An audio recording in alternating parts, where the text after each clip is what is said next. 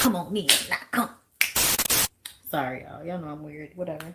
Hey everybody, what's up? It's your girl BondyBlue. So let's go ahead. Let's go ahead. Hey everybody, what's up? It's your girl BondyBlue. Okay, follow me on Instagram and let's get into the video, right?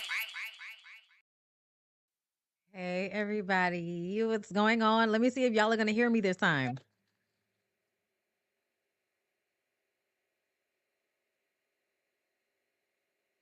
Hey, everybody. I don't know if y'all heard the cheering. Let me know if y'all heard the cheering. Y'all know every time we come in here, it's something else that's like malfunctioning, being fucking weird, whatever. Hi, everybody. It's your girl, BondyBlue. I'm back for another Love and Marriage Huntsville review. Now, girl, listen, I know y'all don't see these often, but if you've been here for a while, then you know that I have been here since day one with this show. And I have decided to give y'all a few of these here and there for the, for the free 99 or whatever, because this is usually behind my paywall because Love and Marriage Huntsville fans do way too much. Too much. Too much. So y'all didn't hear it? Damn it. Damn it. God damn it. I don't know what the issue is and why my, what I'm saying, my shit isn't being heard. Hold up, y'all. Let's see. I just want to see.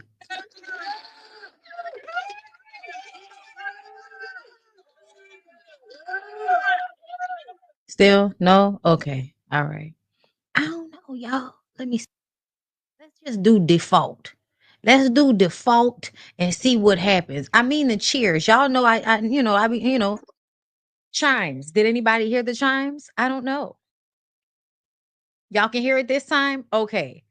Girl, you gotta keep messing with it's not as loud. Okay, I heard that it was coming in and going out. And that's what I'm saying. It was coming in and going out. I don't know when that started happening or why. Okay. I'll have to do some testing with that later to see what the issue is, what the problem is, Carl. It's always something. It's always something. But that's okay. Cause y'all already know what y'all really here for. Y'all here to hear me. And as long as y'all can hear me, that is what is most important. Okay? Girl. So Love and Marriage Huntsville, right? Did y'all watch the reunion? Were y'all glued in? It was good. I feel like it was a good reunion. I feel like this is the first time that it gave the way it gave. Like this has to be to me probably the best reunion that I've seen. And the only reason for them, let's be very clear, the best reunion I've seen for Love and Marriage Huntsville. And the reason why I say that is because this is the first time that I feel like Carlos has held the people accountable. I mean, when I tell y'all them questions was questioning, the questions were questioning. Okay. It was literally like no matter how much Maurice and Kimmy tried to slide to the left, slide to the right, crisscross, crisscross. Like, bitch, they was trying to matrix their way out of answering very direct questions. It was so much going on, girl. I girl, I was entertained. Carlos said, okay, okay, okay. Now, Maurice, because Kimmy really stuck, Kimmy does what she does. She put herself in between that man and everybody else. That's what a lot of women like to do. If they feel like somebody is attacking their provider and their protector, girl, they stand in front of their protector. They stand in front of the protector and then they become the protector. And now you putting yourself in a line of fire. Now you got us asking you, where were you? Like we confused or something. Girl, we not confused. You explained to us already where you was, and now you trying to change the story so that it makes it seem as if Maurice isn't as guilty. Girl, the way you laid on top of a bed of nails for Maurice Maji Ramba, bitch. Naji Rumba, Naji Rumba, hoo hoo, girl.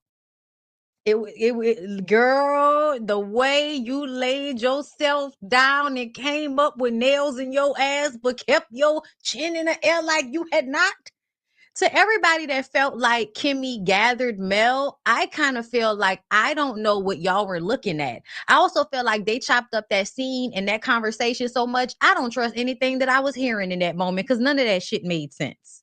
None of that shit made sense. We gonna get to it. We gonna go through because baby, I made copious notes. Okay. Now listen, I'm telling y'all right now, February is a short month. Got to make the money. So this might the next one might be public too, okay? But just know this is not a normal thing. Loving Hip Hop Atlanta, Loving Hip Hop Miami. I know I have to do another 2 episode, recap for everybody. That's a members only. That is coming, okay? That's gonna be this week at some point. I have to make notes. But the way I went out Saturday night and party like a rock star for my friend's birthday, girl, I'm still, whoo, girl, I'm still trying to recalibrate. But I'm here. I'm here, girl, and I'm excited because I feel like this reunion was given exactly what needed to be gave for me to get up here and curse people out. All right, so and I need to do that. So first of all, I could not find, and I feel like because Carlos is upset with the cast or upset with Mel, I'm not sure which one. He did not provide us with a picture. Listen, wasn't it though? I'm mad you wasn't feeling good because you should have stayed. Girl, when I tell you the plot thickened. Okay, now actually it might have been best for you to have not have been there because I don't know how that would have went if you was there. Girl, I don't know how that would have went if you was there, girl. Oh my God. It was so I know you heard. I know you heard. Girl. But that's okay though. That's okay though. That's okay though. Listen, I know you would have said something, friend, but I'm gonna let you know. I don't. I know. I don't. I know you would have said something because you know I'm not. You know I'm not. As soon as I assessed what was going on, it was like, "Ooh, okay." I'm sorry, y'all. We having a full conversation on this live. Hey, Sin. Oh, thank you, Sin. I appreciate you, girl. I miss you down to these YouTube streets. I really, really do. Okay. I don't know what's going on, but I wish you would skirt on back. I don't know what's going on, girl, but I miss you out here. Okay. But yeah, no, friend. Like girl, yeah. We gonna and we shall. And we shall. Because some events are coming up. Shout out to Tisha. So we'll see how all of that plays out. You know what's nice, y'all? It's nice when you like mature enough and like secure enough in your shit to like in a situation that would normally have people like bitch wow, you know what I'm saying? And I was just like, you know what, if that's what it is, you heard me, I'm listen, I just ain't got no words, I ain't got nothing to say, I ain't got no attention, I ain't got no eyes for you, I don't see you. Like it's been a year you dead to me. Like I don't know if y'all knew this past this past 12 months has been the year of you dead to me. Girl, okay. Now, look, I want to get into these looks before we get into the actual notes. All right. And I was saying that Carlos did not post a cast photo like he normally does. Usually for a reunion show, Carlos is going to, post a cast photo of everybody so we can assess the looks. Okay. Girl, we're going to have to see because I don't want to be out there with all of them. Okay. I don't want to be out there with all of them. Cause it's gonna be buku people outside, and you know how I feel about large crowds, girl. It's too hot. I'm claustrophobic. I'm nervous. It was a few times when we was in Tipitina's where I was like, okay, let's go close to the door, bitch. I need to be close to the door. All right. I need to feel the air, girl. That's why, like from now on, it's low key gonna be like workout clothes as club clothes because I need moisture wick. Cause girl, we danced. We had a good time. Even though that shit was like definitely like, oh no, bitch. I had a good time. I had a real good time. Okay. Tore it down. You heard me? Anyway, so let's get into the looks. So damn, I wish I could find when they was walking out.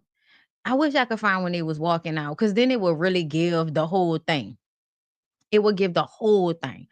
Hold up, let me see if they got it on YouTube right quick, y'all. But I'm gonna tell y'all right now, Tisha look good.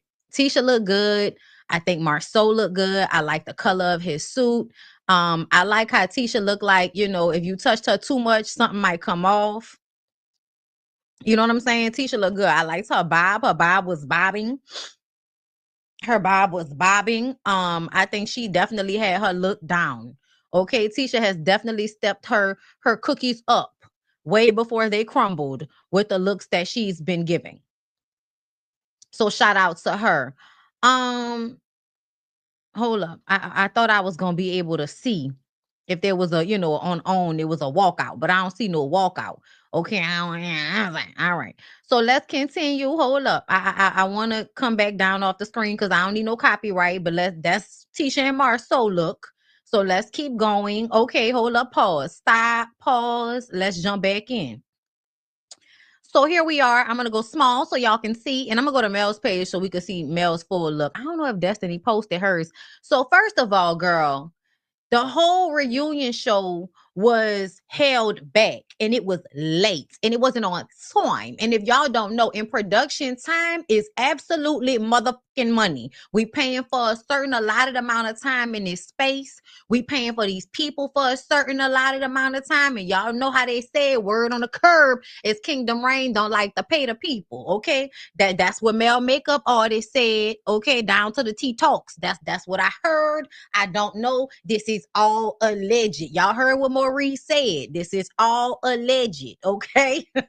Bitch, these dresses are alleged. My opinions of these dresses are alleged. Just in case anybody wants to do, the ignorant shit y'all like to do. Listen, I have nothing for you to take, people.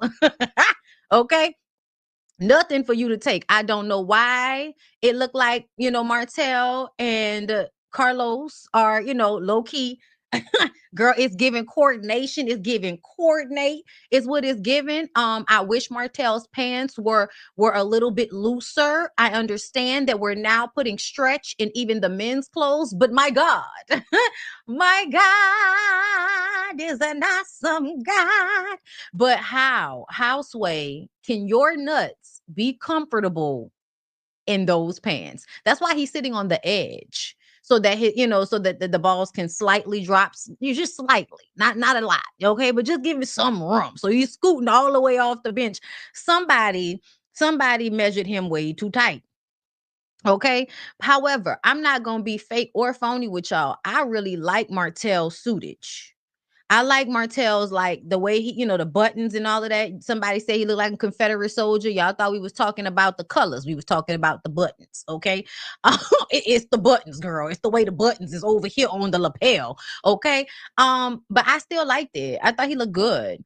Destiny was holding us back because something happened to the first dress. So whoever was with her, girl, had to go down there and find another dress. They found a good dress because this was beautiful. I thought she looked great. I even don't mind that blonde hair on her. I wouldn't have preferred it, but I don't mind it. Like, I think she looked good. She looked real good. However, I am wondering if you're wearing blonde because you knew Mel would be wearing blonde, girl. I don't know, but sometimes you give copycat. You do. You do. I remember when Mel went into the studio and made a song, then you went into the studio and made a song. And Mel came out with a line of some shit. Now you coming out with a line of some shit. Girl, you just copy and paste all over the place. I feel like Martell might be a copy and paste situation as well. Or did you fuck him before Mel? Questions. Because she liked to say it never happened. And the way she is protective of him, the way, like, look at the way she's sitting closer to him than she is to Carlos in her chair. Like, it's, I pay attention to body language, y'all. These are things a lot of y'all like to think don't matter, but in fact, they fucking do. These two people give me, we have a physical closeness. And based on what Mel said, Mel been with this man for what? How many? 14, 15 years before they divorced? Had never met had never met Destiny up until 2017. See, I can't trust a woman that Martell bring around me if I'm Mel, because to me, it seemed like you like to fuck everybody. Okay. Walk up in the club, fucking everybody. Like he seemed like, like, cause if we think about it, Ariane, Trisha, We feel like Destiny could or could not be somebody, regardless to what Kimmy tried to throw out there. Girl, Kimmy, you very much so give Martell could have slayed you. He could have. It definitely gave that. You and Miss Nell had the same kind of mentality when it came to Martell, that y'all were not afraid to let everybody know y'all were very aware of how attractive Martell is. Okay. So to me, I feel like even if he did not, when Kimmy was like, girl, you know, I don't want that man, it's giving cap. We don't know that. We don't know that, girl. We don't know that. Women are thirsty these days. We don't know that, girl. Carlos looks cute too. Carlos always looks good though. Like for the most part, Carlos gonna always give y'all a look when it comes to these reunion shows. Okay, let's go to Mel. Let's go to Melody and see what Melody was giving, because I believe she posted her reunion dress look. Let me scroll, girl. Let me scroll. Okay, no, she didn't. I thought that she had. Oh, wait, no, she did. Here we go. Here we go. Here we go. And I feel like I saw the close up before I saw it, the reunion. So yeah. Yeah, this was pretty. This was pretty. I like this. I liked it this. I did. I did like that it this. I thought this was cute. I don't really prefer that blonde bob on her, but you know, it's not the worst look. The dark curly hair that she was wearing in a live when she was, you know, responding to a lot of the things we were seeing prior to the reunion coming out. I love that hair. I love the dark hair. I don't know why, but I also feel like that about myself sometimes. Like I'm a blonde girl. Y'all didn't know whether to call me Bondi or Blondie when I was in high school. Like I've been blonde for a very long time, y'all. Okay, I go back and forth. But sometimes I pop out with my natural hair color and I'm like, you know what? It does do something. You know what I'm saying? It adds a richness. You know what I'm saying? It adds a richness. Even though I felt like my platinum blonde always gave what it was supposed to give, girl. It did. Okay. It held through years, girl. I feel like the look didn't get the way it got until I got that short platinum blonde look. Okay. But yeah. Yeah, girl. I love the dress. I love the dress. I thought she looked beautiful. I like the suit that she had on when she got out her car. It was all cute, girl. I really did like that suit. I'm starting to like really get into. I love suitage. I love a good suitage. Okay. But yeah, y'all, Mel looked good. It was given exactly what's supposed to be gave. And let's move over to Kimmy and Maurice. So I just want to say I thought Kimmy looked so good. I feel like Kimmy absolutely does not look like what she has been through. She doesn't. She looks so good. Okay. When she walked out, hold up, y'all.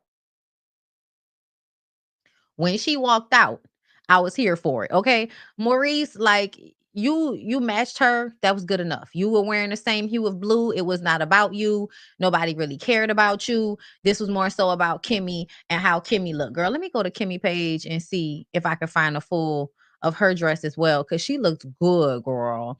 Also, you know, I don't know, maybe she didn't, you know. Okay, okay, I'm not blocked. Thank God. Uh girl, I never know. Oh, okay. Kimmy posted it. Okay. It wasn't on Carlos' page, but Kimmy posted it. That's what's up. Okay. I'm about to share this, y'all, so we can look at everybody standing up all at the same time. All right. Yeah, yeah. Child Destiny ain't there. Yeah, no, Kimmy look good. Y'all standing real close to say y'all was beefing. Like y'all standing real close to say y'all was beefing. Charlotte Martell ain't gonna do nothing. He gonna give y'all a squint. Okay? Come on, Tisha. Yes. Leg out. Girl, not they was both giving bobs. Destiny was on stage the whole time, but she wasn't in this photo. Where's the photo with her in it? Yeah, Kimmy looked great. I definitely felt like, you know, this was a good look for her. Yeah. She looks really pretty. Okay, so let's go ahead and move on, and let's, you know, now that there or 1,000 people are here, thank y'all so much. Like the video. You didn't like Kimmy dress? I thought it was pretty. Not prom 1999. Listen, what y'all need to understand, reunions are prom, girl. just go ahead and understand. Whatever you put on for prom, that's what you put on for a reunion show, girl. Hello. Nini, thank you so much for becoming a member. Thank you. Angela, thank you for the super chat. Off topic, but can you do a segment or post about your plants? I do not have a green thumb, but I woke up today and decided my house needs plants. Girl, I don't either. These are the only plants in the house that are alive. Like, girl, it's crazy. It's 1, 2, 3, 4, 5, 6. It's 6 in here, and it is amazing that they're still alive. Okay. And it's only because this room gets direct sunlight, and I remember to water them. Most of these are easy plants. And easy plants, you just water them once a month. So that's another thing. Don't ask me, girl. There are other people you could ask. I'm gonna share some people in my stories on Instagram because I follow a few girls that I look up to because my thumb is not green, girl. It is yellow. So I'll post some people for y'all to follow. Sin, thank you for the super chat. I come on YouTube on Fridays. You know, I got to drag bandits every now and again. I'm glad you're live. Thank you so much. And I'm glad I'm going to be looking for you. Brandy, thank you for the super chat. Tisha finally looked nice down to the event. Listen, this was a good look. Y'all know it's been a month of Sundays since she had that hump in her wig, girl. We was not happy about that. Okay, Sin, thank you for another super chat. I think Melody has a very nasty, underhanded side, but she's more likable than the rest of the girls. I'm glad Tisha is defending herself. Yeah, me too. Like, I'm glad that Marceau is allowing her to defend herself. And I feel like everybody has doesn't everybody have that side to them? Doesn't everybody have like, and this is not me making excuses, just like overall. I feel like everybody got that side to them where if I feel like being fucked up, I might be fucked up if I feel like you deserve it. You know what I'm saying? Okay. But either way, girl, let's get into these notes. Y'all ready? Okay, let's go. So just off rip, Kimmy is ready for all of them, girl. Martell has something to reveal. We did not find out what that was. Trish is on one. Okay, cooler heads may not prevail with Trish because she. That's what they say. That's what they say. Girl, calm down. There's security here. You're not gonna do anything. Just take a deep breath. Destiny's dress is ruined, so the reunion is held up. Carlos shades everyone when they come out. When he said that the Fletchers look like some Lori seasoning, girl, not you shading the fuck out of everybody. That was hilarious to me. Martell pants were way too tight, as I've said. Destiny asked Tisha and Marceau if they have beef because when she came out, they weren't clapping. Something's wrong with Destiny. Wrong. Something wrong with my girl, bro. She ain't all the way right. It is definitely giving. I'm a teenager in here. I know y'all don't think I'm a teenager in here, but bitch, I'm a teenager in here. Like, girl, they wasn't clapping for you. Girl, go sit down. Like, you sitting right next to Carlos on Bravo. That means something. Go sit down. Okay. Um, Carlos, okay, so Destiny's earring was falling out, and he said, "Oh, she losing earrings like she lose men, bitch." when people, listen, I if somebody shaded me like that, and that shit really like bothered me, I would not have like given it the. It would have been a girl. Not him shading the shit out, y'all. Like, just all over the place. Girl, just all over the place. And shout out to whoever it was before I even watched the reunion show who put in a Discord that Maurice was like, wow, when Mel walked out. When Mel walked out, Maurice said, wow.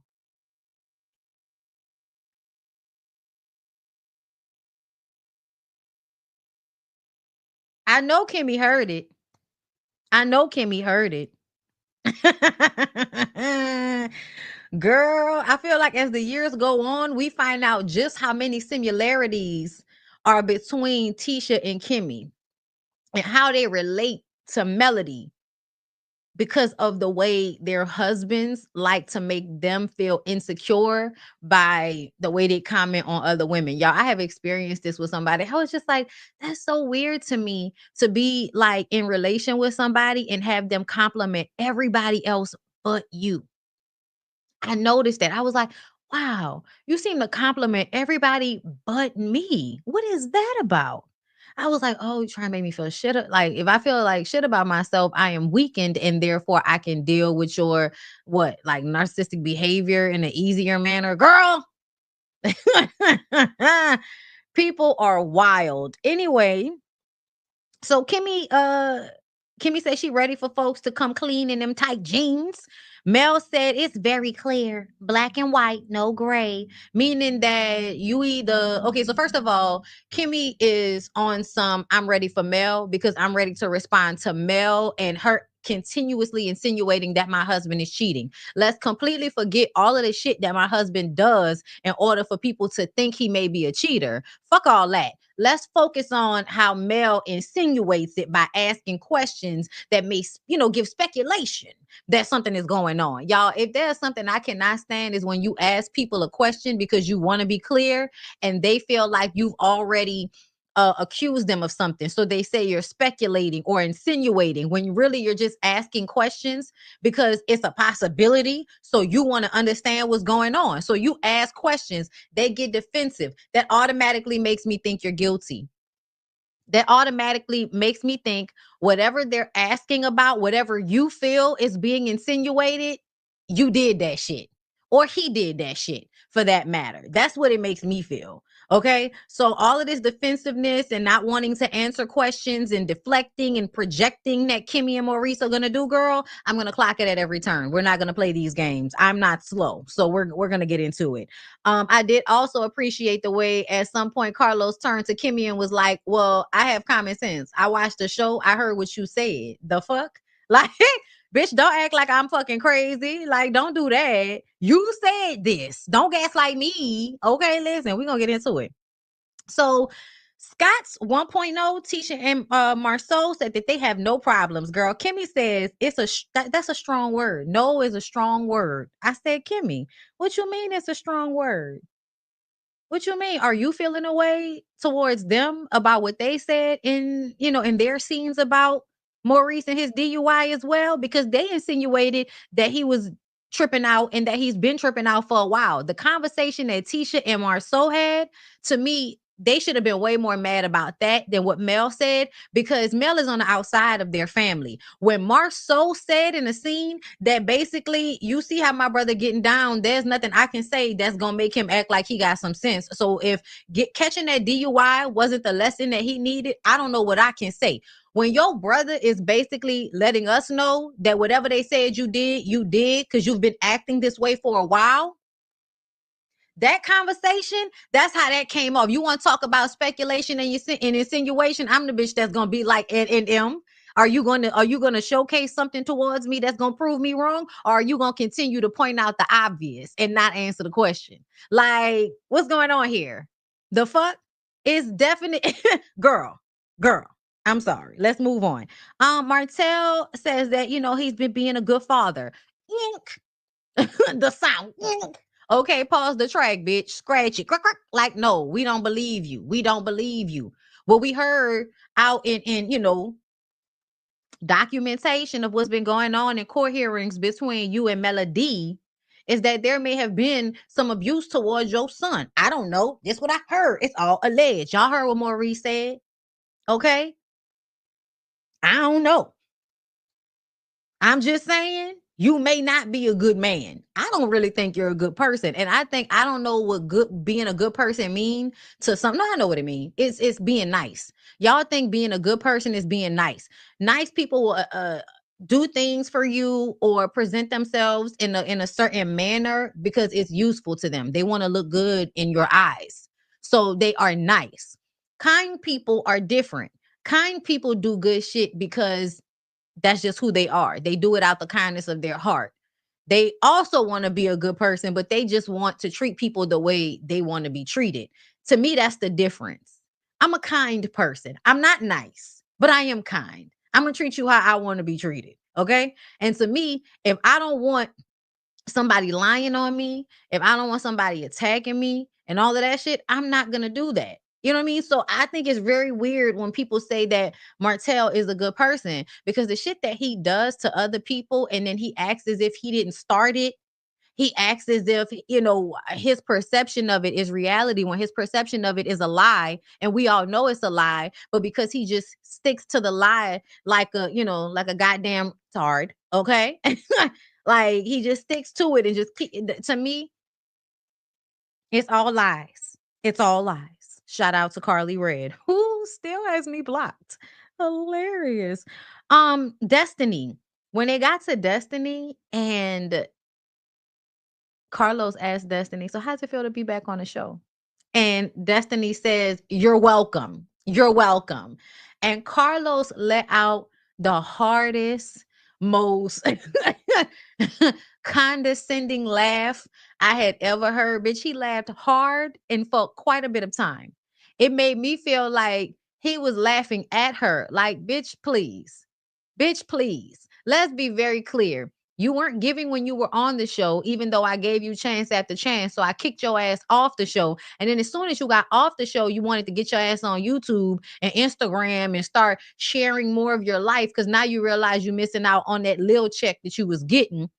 So then you started sharing online, showcasing and doing all of these interviews and shit, showcasing that you might want to be more open now. So they bring you back on the show only because they had the Sonny and Moses aspect of this, because otherwise you had no real, like, there was no real reason for you to be there if it were not for this Moses thing, since they decided to ignore, and they've consistently done this, ignore the shit that was happening when Chris Fletcher and Destiny got into it, okay? Because a social media, a content creator went to Destiny's house during an open house, and that content creator went through all of her shit and vlogged it. She felt the way about that. So she attacked what it looked like, ran up on, I could be wrong, maybe, allege, I don't know, but she pushed up on Chris Fletcher. We never saw that. That never happened. She was not on the show at that time. None of that has been talked about. None of that has ever been dealt with. Okay. So now the only thing that we have to talk about with her is how mad she is about Sonny and Moses being together. Okay. So the fact that she was laughing so hard, it was like, I mean, that he was laughing so hard at her, it was definitely like, girl, please. Girl, please. If it wasn't for the fact that I brought the two people on the show that you was so mad they didn't move to Huntsville, girl, you would have had nothing to talk about. Nothing. Okay. So we get a package covering the show since season one. Mel and Martell are the power couple. And when Martell cheats on Mel, all of that breaks apart. Meanwhile, Tisha and Marceau are in a situation where she's trying to, fight for independence, fight for her freedom to work, like, the college educated woman that she is. And he doesn't want that for her. He doesn't know how this would work. She shows him how this would work. She go and get a job. And then I forgot about this. I don't even know if they mentioned it. But Tisha ends up getting Marceau a commercial deal to build a $6 million hotel. She got a job as a broker. Her boss found out that Marceau was a developer and hired him to develop that hotel. So that was basically off Tisha. Isn't it crazy how when you stop holding your wife back, how that pushes both of y'all forward, but because you view yourself in competition with her, having to keep her low in order to keep you feeling high, you miss out on opportunities that you would get based off of both you guys' inertia and not just your own. See how that would work if niggas wasn't so stupid? Girl, I cannot even. So then Mel filed for divorce. Martell is falling off the side of a 10-story building. Meanwhile, Marceau is building a 10-story building, so to speak. Okay. Martell in his tight suit get emotional after seeing this package. And Mel is like, listen, I didn't see it as sad. I saw it as me reclaiming my independence. Okay. Me reclaiming my time. Okay. She doesn't have any comments for Martell. All right. I have no comments for Martell today. Just saying. Okay. He is in a good place with her. That's what he says. And Martell lies and says that he's not jealous of Tisha and Marceau. He wants them to grow. Then he turns around and says, wait. That's too much. I don't want anybody to get the wrong idea. I don't want them to like grow, but I also don't want them to fail. I'm somewhere in between hating and rooting for 'em. Somewhere in between there. I'm like, yeah, no, you right at hating, my nigga. You right at hating. You're an opportunist, which means that if it's good for the goose, it's good for the gander. If they have something good going on and you can benefit off of it, then you're happy. Okay. But otherwise, you're not. Then we find out that Tisha finally speaks up for herself and says that Martell is the one that had them thinking that Mel was the one going to bloggers. Since season 1, Tisha would be like, Mel goes to bloggers and da da da da da. And really come to find out at some point it might have been both of them, maybe when they were still together, but for the most part, everything has came from Martell. And I'm like, well, duh. Martell was the one that put it out there initially that Marceau had 20 girlfriends. Let's not forget about that. Then let's also not forget, Kimmy, that it was Marceau that posted that picture of Maurice on that trip to Atlanta. Remember when Maurice was at the reunion show and tried to act like he'd never met Ariane? Marceau is the one, I believe, that posted that picture that showed all of them together. And I think that's when we was like, where was Marceau's ring? Y'all remember that? Was it just me? Am I rewriting history, girl? I can't remember. But what I do recall is that over the years, we've had these men telling on each other in different ways throughout the years. So when we act as if all of the insinuation has come from the fans or all of the insinuation has come from Melody, I feel like we're not being honest. We're not being real. They ain't keeping it real, y'all. They're not. Because over the years, Martell has been the one to tell a story. Marceau has put shit out about Maurice. Maurice has also thrown Marceau under the bus at times. They have all been throwing each other under the bus in these very like little lighthearted, if nobody really knows what happened, they may not catch on type of ways. Okay. So the way Kimmy is taking all of her anger and her embarrassment surrounding her marriage and pointing it at Mel, it's a microcosm for how this entire show has been. Blame Mel. Blame Mel. If we can put all of our anger towards anybody, let's put it towards Mel. Even though everybody has played a part in why we think the men are cheaters. And the men have told those stories themselves. Anyway, let's continue. I'm just saying, since we going from the beginning, I've been here since the beginning. I remember most of this shit, not all. Sometimes y'all got to remind me. Okay. But let's continue. Where was I? Okay. Martell calls Marceau fake and phony. That's when Tisha says he's the one who's been sending stuff to bloggers since season 1. I don't even know a blogger. I don't even know a blogger. Yeah, you do, you lying ass nigga. We can't trust nothing that comes out of your mouth. Let's not forget he was the first person to go to Tasha K. So there's that. Then he says, and this is another thing that just kind of showcases what he's always been doing behind the scenes, and everybody kind of blame Mel for this. I believe that from the beginning, Martell puts batteries in people's backs. He likes to create triangulation. He'll tell one person, oh, they said this about you, girl. Yeah. And so during the seasons when y'all would see how the friend group kind of stayed soft on Martell no matter what he did, but still kind of turned all of their anger and their angst towards Mel, I feel like that was a reflection of how Martell would go around to Marceau and Tisha or Kimmy and Maurice and say, oh yeah, Mel was doing this, this, and this. And that's to get everybody on his side, because he did not like the fact that people were pointing to him as the ain't shit ass nigga, when in his mind, these other niggas is ain't shit ass niggas. Why y'all not pointing at them? Well, they didn't get caught, stupid. They didn't get caught. You got caught. Okay, that's the difference. You were supposed to keep the lie alive for everybody, not just for yourself. But yeah, he denies knowing bloggers. Then he says Tisha is scared of Melody, but she's right there. You were trying to like basically do what Kimmy was doing when Maurice, y'all know Kimmy protected him, so she stepped in front of him and basically took a lot of that heat in that scene for Maurice. That all of that heat was for him. It shouldn't have been for her, but she stepped in front of him to make it heat towards her. Well, Martell throws Mel in front of him. Instead of dealing with the fact that they're saying it's you now say, oh, you scared of Mel. You was trying to instigate Tisha to then turn her energy and her anger towards Mel. That was so obvious to me. I'm like, wow. Like, you really been doing this the whole time. And just now, because the Scots no longer fuck with you, is it coming out what's been going on this entire time, which is that Martell has been the one repeatedly lying to everybody and saying, oh, Mel did it. Mel did it. But most of the time it was him. I believe Mel probably put some shit out about you people. I'm sure she did.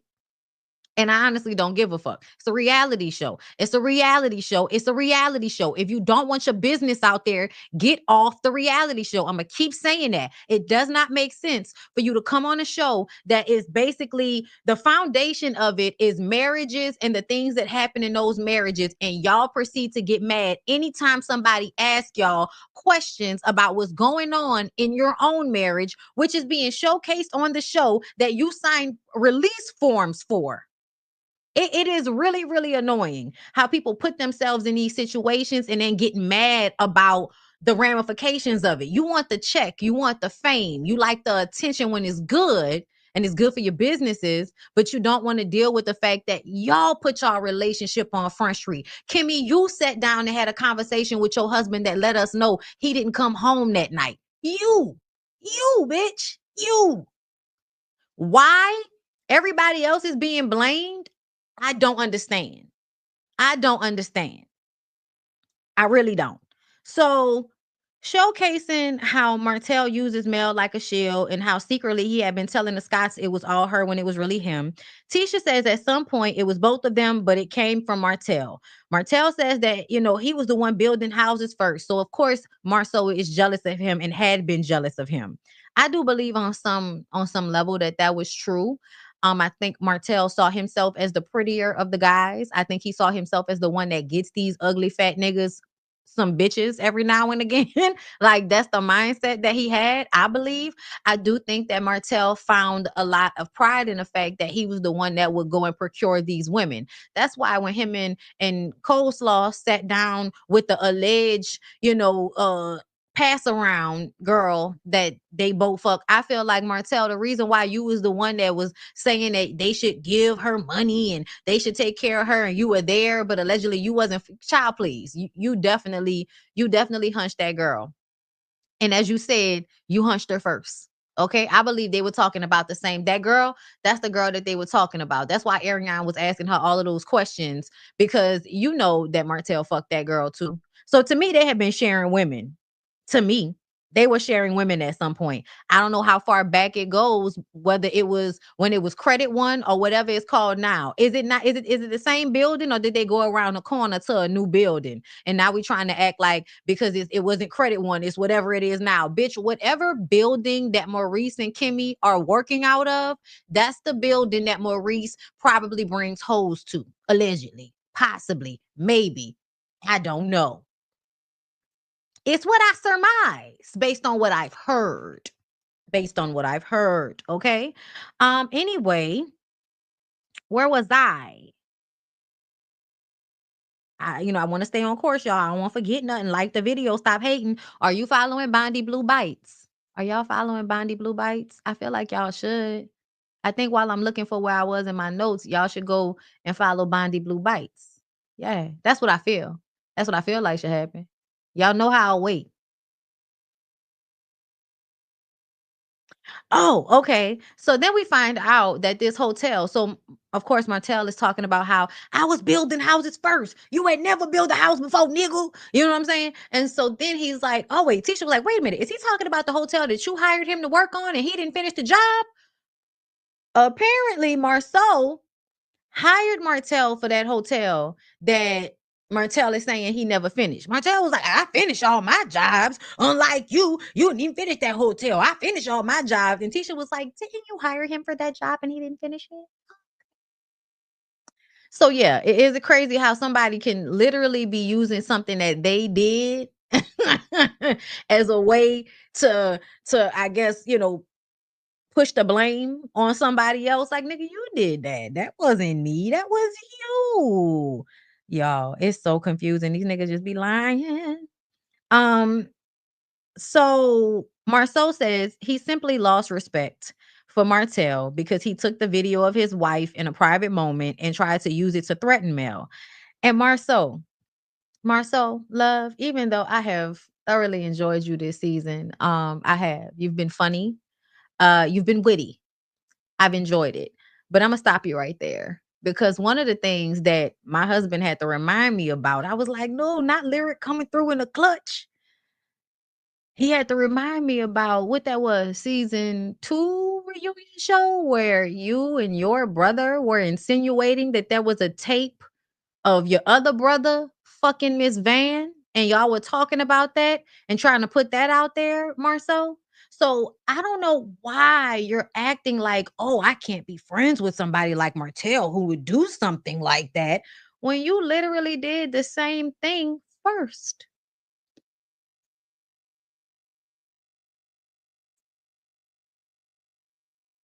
I just want to point that out. I just want to point that out.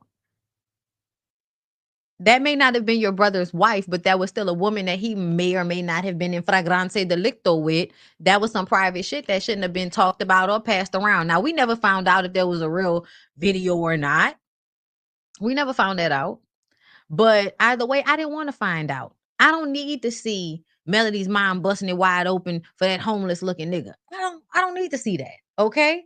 But what I am gonna say is, regardless, she was single, she was grown. So whatever happened, I don't think there's any fault to be placed. But do you see how these men, all these Mars and Moes and Muzz and shit, do y'all see how they act? They will literally be guilty of something themselves and turn around and point at the next person and say, oh, you did this. That was wrong. Look at you. You're fucking up. And it's like, bitch, you did the same thing. Are you okay?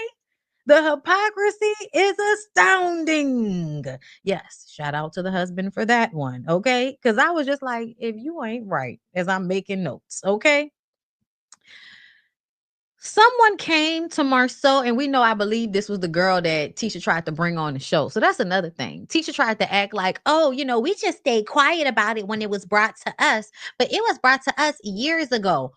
Corbin Blue, child, whatever the girl name is, okay?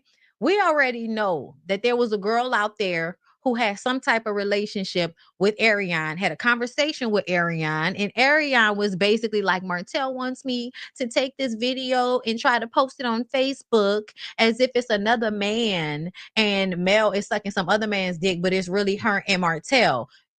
Ariane told that to the cordon blue girl or whatever. The cordon blue girl, girl, y'all know she gonna be cordon blue. Anyway, the cordon blue girl, Carson Blue, told the shit to Tisha.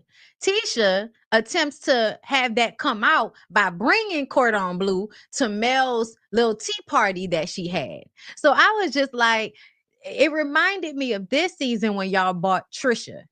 I think a lot of times people that watch this show really don't be peeping how stuff be going. But to me, that was intentional to get a response out of Mel. I think y'all be trying to hem Mel up. Y'all be trying to put her in situations where she's gonna act out of character. And instead, she just completely like zoom, doom, doom, doom, doom, like shuts down. I don't have nothing else to say. I'm staring off into the sunset, bitch. I'm on the beach in my mind. That's how Mel be sometimes.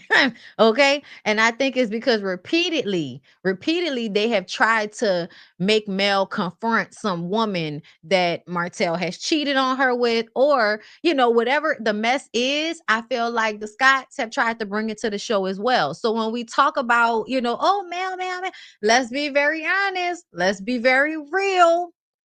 We've all done these little messy fucking things, Tisha. Okay. And that wasn't even given a moment because something else was going on. But because Cordon Bleu didn't get the moment in the scene, she got online after the fact and told us what was going on. And that's how we found out about that. So yeah, we knew off camera. We knew that Tisha and Marceau already knew about the tape, which is why we was very confused when it was brought to the show season 8 and everybody acted like they were confused and it was just a text message and they didn't know what was going on and playing it down and all of that shit like everybody was doing. Do we recall? Okay, let's continue on in my notes. Okay. Mel says, because we got to get into Martell. Martell keep asking where the video. Let me peep y'all. Let me show y'all how Martell is both stupid and sometimes smart.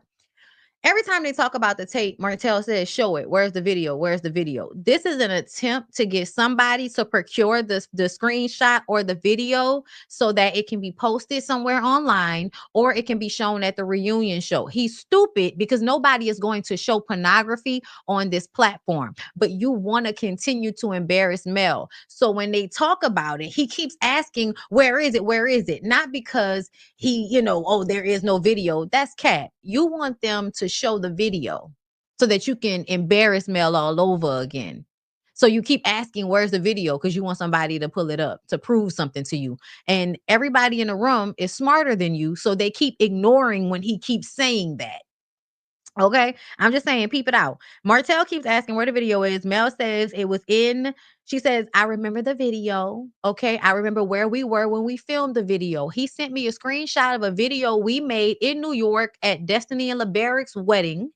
And he sent it to me threatening me with a text. And then Carlos proceeds to ask Martell about the text. Martell does not want to answer any of the questions for some reason. Okay. He says his arrest had nothing to do with anything sexual. He keeps trying to separate the harassing communications from the revenge porn, but we all know that those two things were the same thing. This is how Martell's mind works because his lawyer explains it to him as two different counts because it's labeled as two different things, even though it is one text thread that we're talking about. The picture that you sent and the message that showcased the picture was a threat. That's the same thing. But because they will line it up in the court proceedings as two different things, Martell is going to then use that to his advantage and separate them in his mind and think that when he repeats that back to us, we're going to go along with that. But a lot of us understand that just because these two things are called or titled something different when the lawyer is telling you about the charges in the paperwork, it does not mean that overall this is not the same text thread. The picture, the video, the text, it's all the same thing. It's you using an intimate moment with your then wife to threaten her to get control of the public of which she has no control over. I'm just telling y'all, Mel could very much get up there and tell y'all, stop doing this. Don't do that. There are some people that are still going to do whatever the fuck they want to do. The idea that he would threaten her based on what the public is doing is crazy. He's not all right. He's not all right. Okay.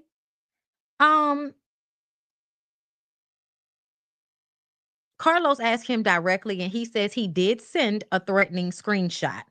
What did the text say? He says, ask Mel because he wants the truth out there. Carlos says, I'm asking you, Martell, so you can tell me the truth.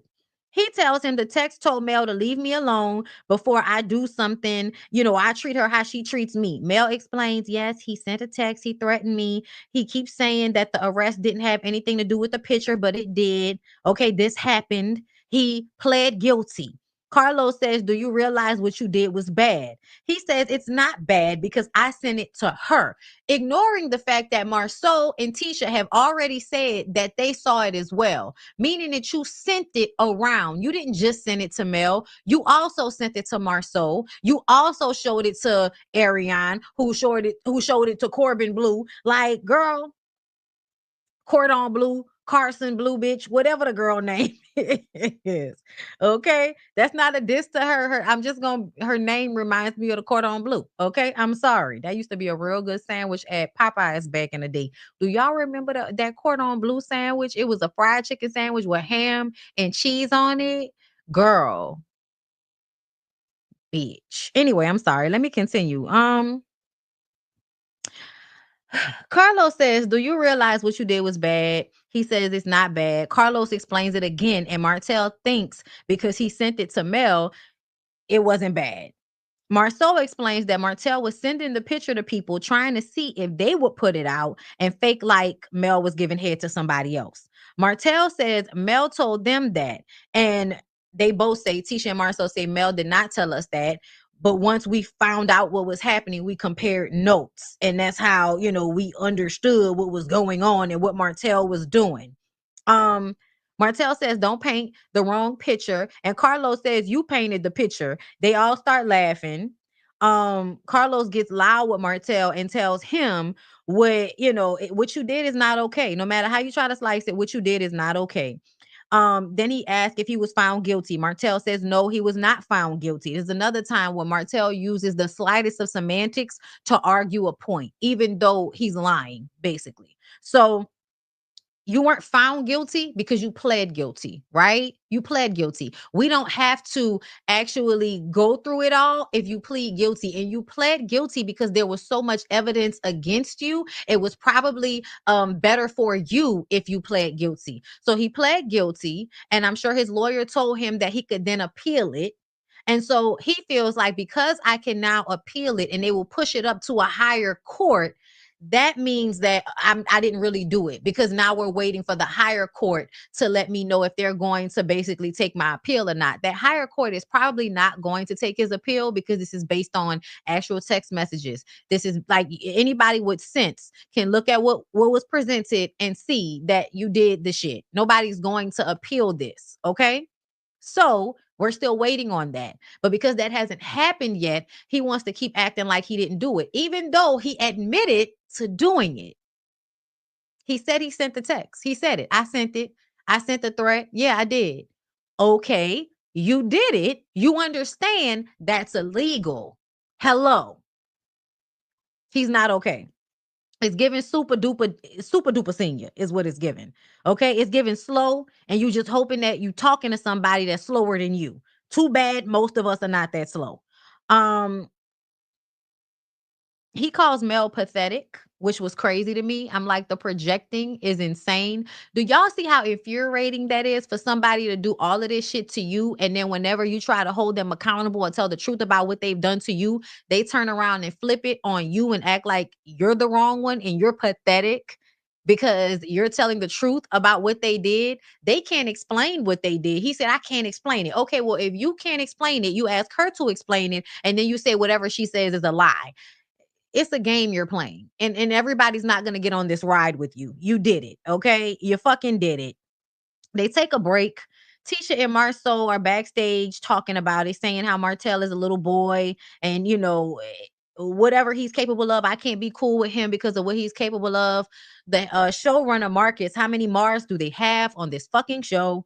Asked Martell to explain. Martell can't really explain because he doesn't want to tell the truth. So that's why he can't explain.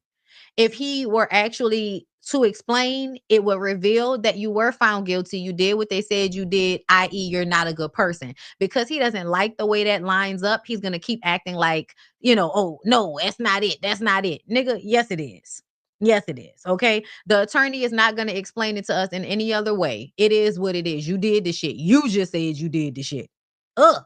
Maurice, can y'all imagine having circular arguments with this stupid ass nigga?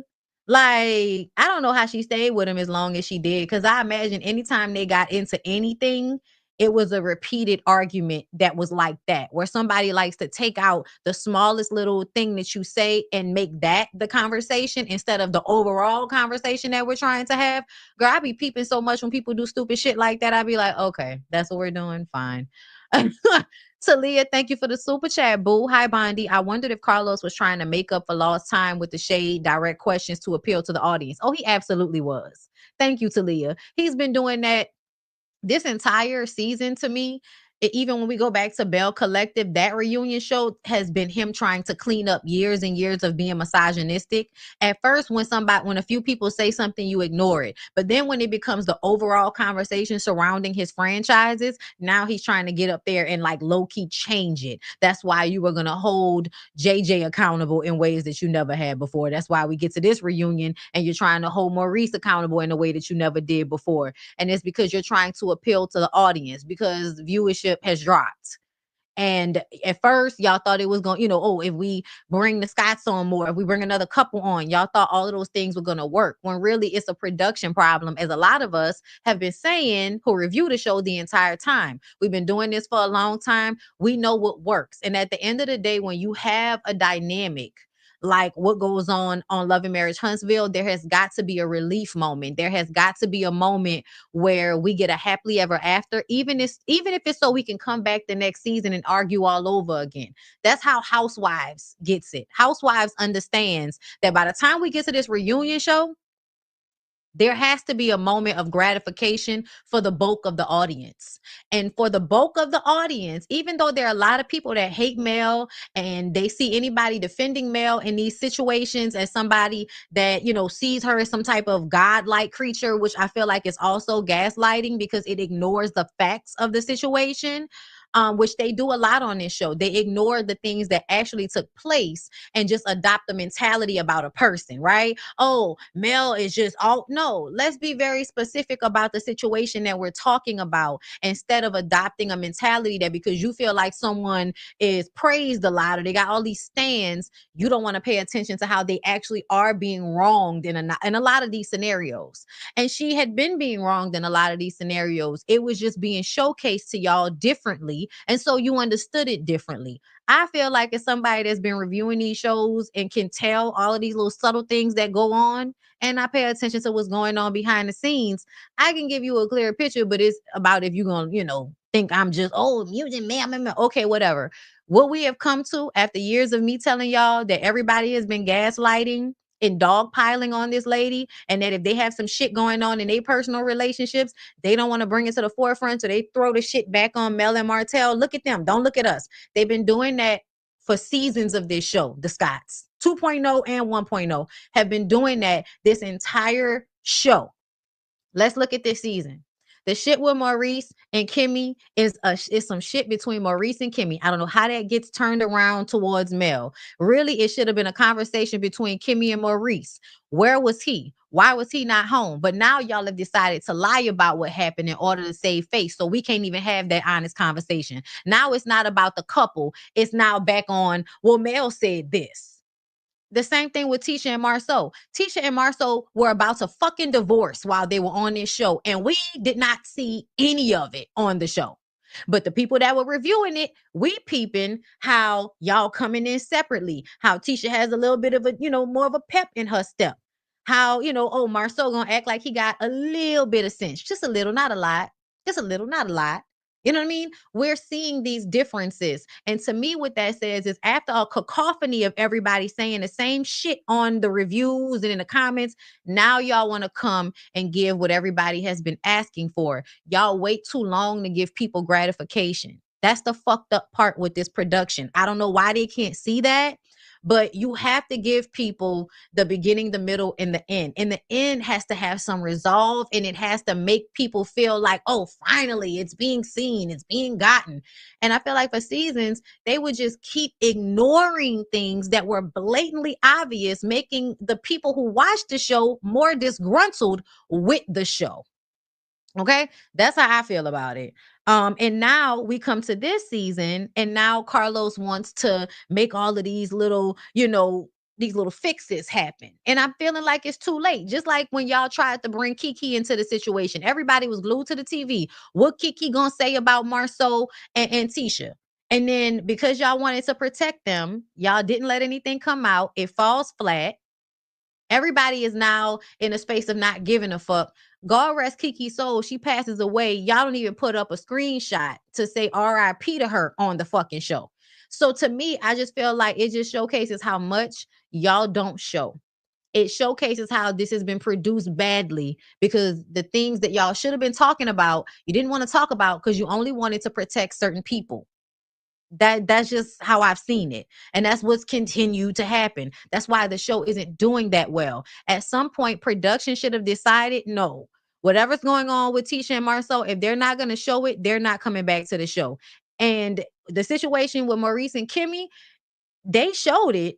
And I feel like this is the first time that Carlos has actually like went at them in a way that, yes, hold their feet to the fucking fire, asking them a question that they can divert or half-ass answer or pose a different question so that they can deflect and confuse us and all that gaslighty, manipulative, narc behavior that they kind of display with the way that they handle confrontation because they never want to be held accountable. It's like, Maurice is low-key allergic to being held accountable for anything.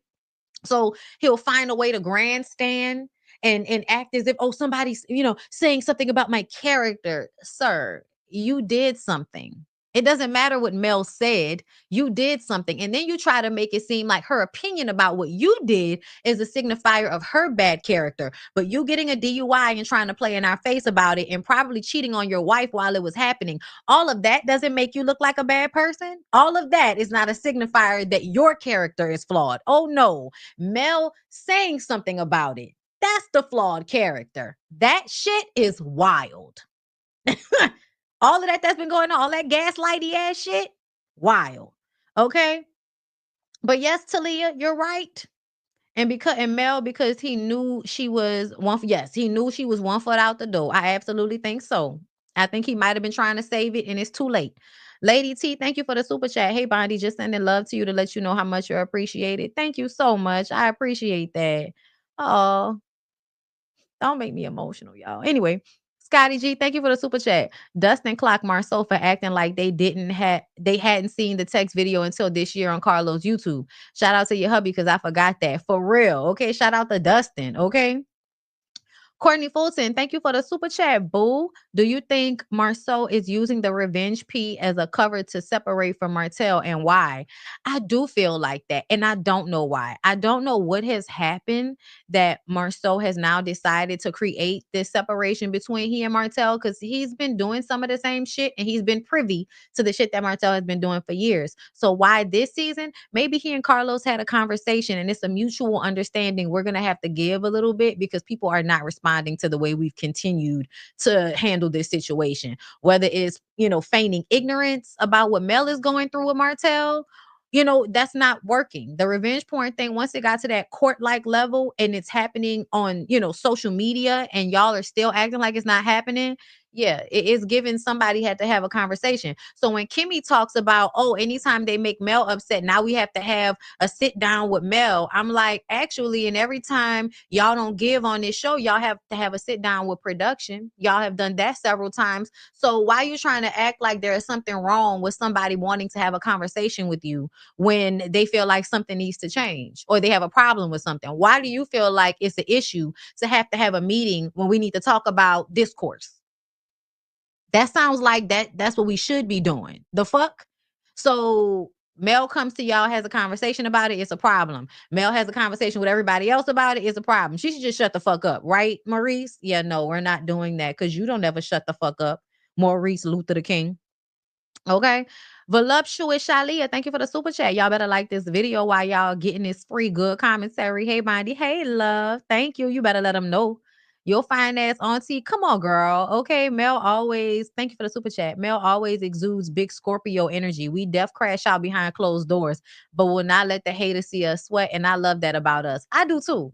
I do too, girl. I do too. I very have that much that like it's very much like you ain't gonna never see me like listen, I have learned my lesson. I have never been a person that naturally crashes out. I now, in my old age, like to act like, I'm as unbothered as possible. And I'm a Gemini, so I can convince myself of that. Okay, girl, no crashing out. That one time I did that shit, I was under duress. Okay, Talia, thank you for another super chat. The first name beginning with the prefix MAR was a requirement this season for the men of the cast, wasn't it though? I'm exhausted. I can't believe Ken made it on the show, girl. I can't believe he made it with that K in his name. Y'all do me a favor and like the video and support. We're gonna take a quick break and then we're gonna come back with more of the Love and Marriage Huntsville reunion part 1. Anywhere you go, you belong. Anywhere you say, anywhere.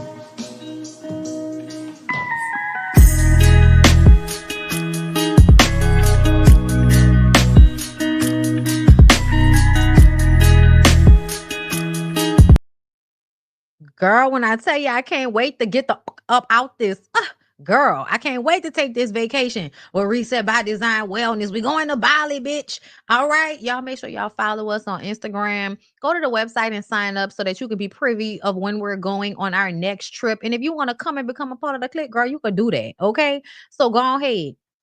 Go ahead to the Instagram, sign up, do that, do that.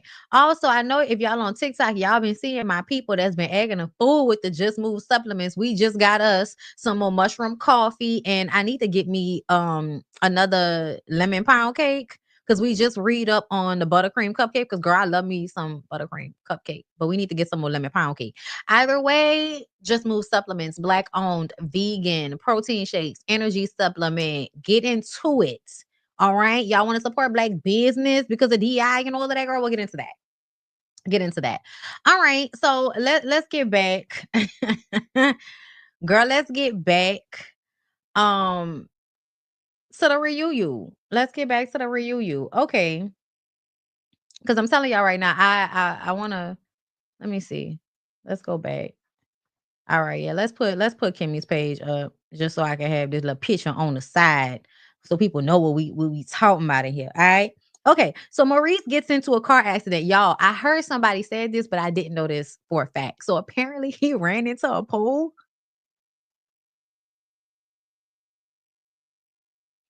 Y'all, Maurice ran into a pole.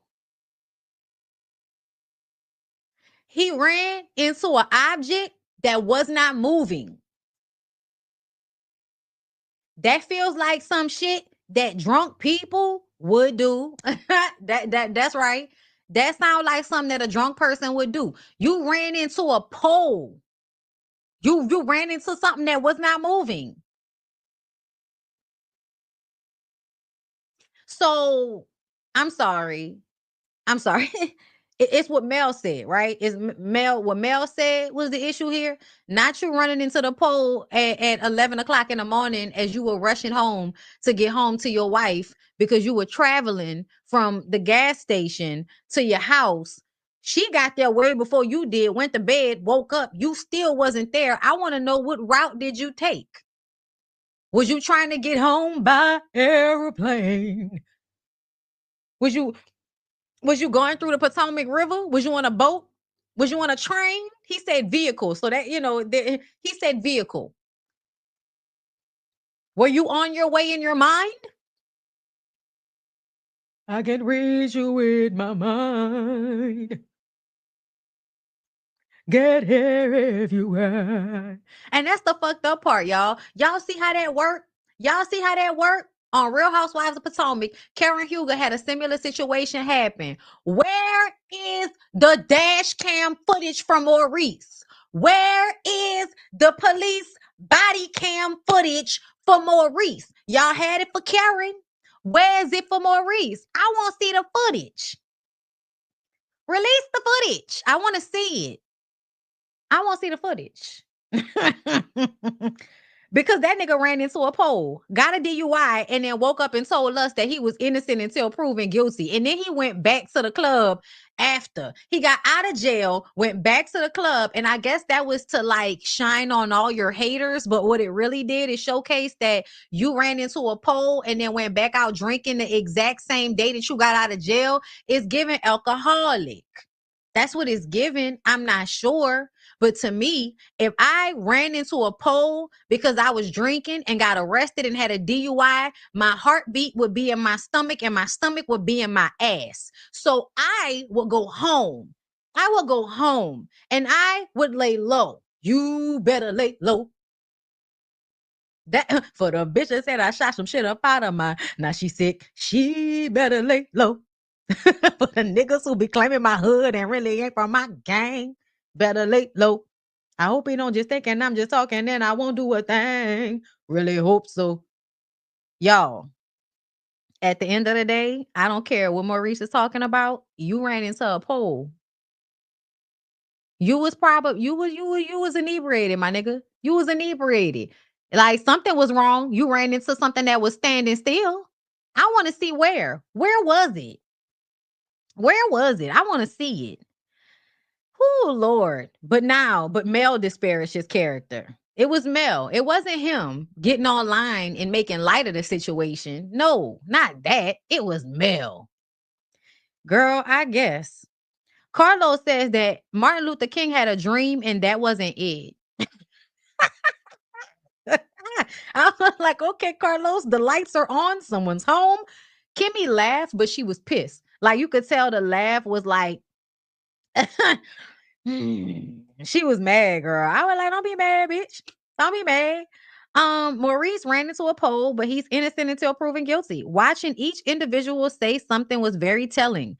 Kimmy asked who cared if he was okay. Kimmy, it was first of all, we found out once the mugshot got released. He looked fine in the mugshot. And then, if we were wondering if he was okay, he got on live and went back to black and was drinking again. So we surmised he was fine. Like that's how I surmised he was fine. Maybe if he would have brought his ass home and stayed home with you instead of going back out and flaunting on the internet because they like the nanny boo boo the fans, like y'all Robin Dixon or some shit. That's what Maurice remind me of. You know, they say white women and black men have a lot in common. You know what I'm saying? The way they think is very much the same, girl. And that's what this is giving because you in a fucked up situation, so you get online to nanny boo us. Like you getting online, getting re-drunk is not the flex you thought it was. Just like Robin going get married to that man after he had been dogging her out all of them years wasn't the flex she thought it was. Because what happened the very next season? Cheating, pictures on the internet. So anyway, this is when the questions start getting real good, girl. So I'm about to read. Destiny and Tisha both said that they reached out. That was the first question. Carlos asked where he went after Black. He said home. Carlos asked, well, where were you between Black and the accident? Maurice says traveling. So we all know that that's a bullshit answer and you don't want to give us the real answer. So then we would have to deduce, well, what would the real answer be? Where do men normally be coming from when they didn't come home last night? I don't know about y'all, but Tony Braxton told me that when niggas don't come home at night, it's probably because they're in somebody else's legs. I've been to Potomac. I've been to Huntsville. There aren't a lot of places that you can go in Huntsville. Huntsville look like it got one main street that got all of their bars and restaurants on it, bitch. Okay. So for me, I feel like where were you if you weren't home or at work or at Black? Because Black has to close at 2, I'm guessing. So if Black closed at 2, and you and Kimmy were together at the gas station, but then when y'all left the gas station, or if y'all were together at the business that y'all have, and then y'all separated, either way, y'all would have been leaving the same place, going to the same place. Y'all should have got there around the same time. Him not getting home for hours and hours and hours when you went from the business to home, like you said, which you was lying because y'all went from Black with Funky Dineva, y'all went home. You went home. He stayed out with his boys and he did whatever the fuck he did. If you want to sit up here and act like that right there is not enough for us to deduce that he is a cheater, you're really slow. And Kimmy, I don't think you slow. So I don't know why you talking to us like we fucking slow or we would ever believe that he's not cheating when he can't even tell us where he was. Traveling, word. Okay. So the questions persist. Hold up, because I lost my spot. Carlos asked, in a car? Were you alone? He said, I was the only person there. That didn't answer the question for me. So I do have to wonder when the accident happened, were you with somebody or were you coming from somebody? Because you could have had somebody in a car and they could have jumped out and act like they wasn't really in the accident with you. That's also an option since the police have to come to the scene once you've ran into a fucking pole. That gave time for somebody to jump out the car and go home if they was in a car with you. Hello. Okay. You leaving a lot of open time and a lot of open space and you're not answering questions directly. So Carlos starts to double down even more, asking even more direct questions. Okay. Was Kimmy the last woman you were with before you got arrested? Maurice says, absolutely. Okay. So either you're lying or you was with a man. So either you lying or you were with a man. Okay. I'm going to continue. I'm just saying, I don't put anything past anybody, just like Kimmy. Um, Carlos asked if they rode separately and if Kimmy went home. Kimmy says, "Are you speculating?" Carlos was like, "Wait a minute. I'm not speculating anything. I watched the show and I listened to what you said. And in a scene, you said you were at home. So did you go home after Black, or were you down to the credit one listening to Tenny Pendergrass? Turn them off." Okay. She says that she has never been to Credit One. I've never partied at Credit One. That's her continuing to act like she wasn't, down there when Maurice was hoeing, I guess, girl. I don't know. I don't believe her though. I believe there have been times when she has said that she was down to the Credit One. So I don't know why she telling us that she ain't down to the Credit One now, but whatever. Um, she said that she's never been there. Carlos asked, "Oh, okay, so when you left Black, where did you go?" She says, "This is not my line of questioning. You either gonna answer the questions or you not." What the fuck does "this is not my line of questioning" mean? Because he was talking to Maurice. You the one that decided to put yourself out there in front of this lying ass nigga. So now the questions are for you. You the one that threw yourself out there to answer them, talking about "this ain't my line of questioning." Carlos says, "So you basically taking on the Scott's way of gaslighting." And Kimmy says the whole line of questioning is bullshit because everybody knows we were together at Black. Carlos says until his car. And Kimmy says absolutely until his car. But the line of questioning is speculation. Y'all don't know where he was. Y'all don't know where I was. And Carlos said, "Yeah, that's why I'm asking you. And you're not answering." And that's what I was talking about. That's the gaslighting. If somebody is asking you a question, even if you feel like they're speculating, they're still just asking you a question. So if you choose to get defensive as if they've already deemed that you did what they're asking you about, to me, you did it. You showcasing that you're guilty. Answer the questions. That's it. That's all. If it wasn't you, then it wasn't you. If you ain't do it, you ain't do it. But you getting defensive makes me feel like, yeah, you did whatever them people said you did. Okay. Um, Kimmy says, "I made a stop." She says she had to go to the office. So you were down to the Credit One. So the story keeps changing. She says it's not Credit One anymore. Maurice says, "See, you don't watch the show." And Kimmy parrots him. And I'm like, "Child, shut the fuck up, Maurice, because you've been letting her speak for you this whole time. You want to chime in with your fake lawyer jargon and all of that. Chill out. It didn't work. Okay. Nobody cares about the name of your credit business. Nobody gives a fuck about the name of the building. We're talking about wherever you work. It seems to be a party place where hoes come and congregate and get fucked at. That's what it sounds like. Okay. That's what we've been hearing." Carlos asked, "So when you went to bed and there wasn't a warm body next to you, you weren't concerned?" I said, "God damn, Carlos." Kimmy looks at Maurice and says, "No," almost as if, "See, nigga, see how you got me up here?" She not gonna ever show no real, anger towards him, but this is his fault. Let's be clear. Just like it was his fault when he got up there and talked about how he was forcing her to have sex. That was his fault too. And he didn't want to be held accountable for that. Um, but she says no. And then Carlos asks, "So is it normal for him to come home 9, 10 o'clock in the morning?" And she says, "Not without her knowing where he was." I would be like, so if he did it previously, where was he before? What reasoning did he give the last time he was out till 9, 10 o'clock in the morning? Because and then if she says, "Oh, he was with the guys," well, where were the guys? Where do they go? Because shit closes at 2 in Huntsville. So where did y'all go? If you were out till 9, 10 o'clock the next morning, did you sleep at all? Where did you sleep? Were you up the entire time? You're like fucking 50. Why are you still up this long? Are you on some uppers? What's going on? I would have questions.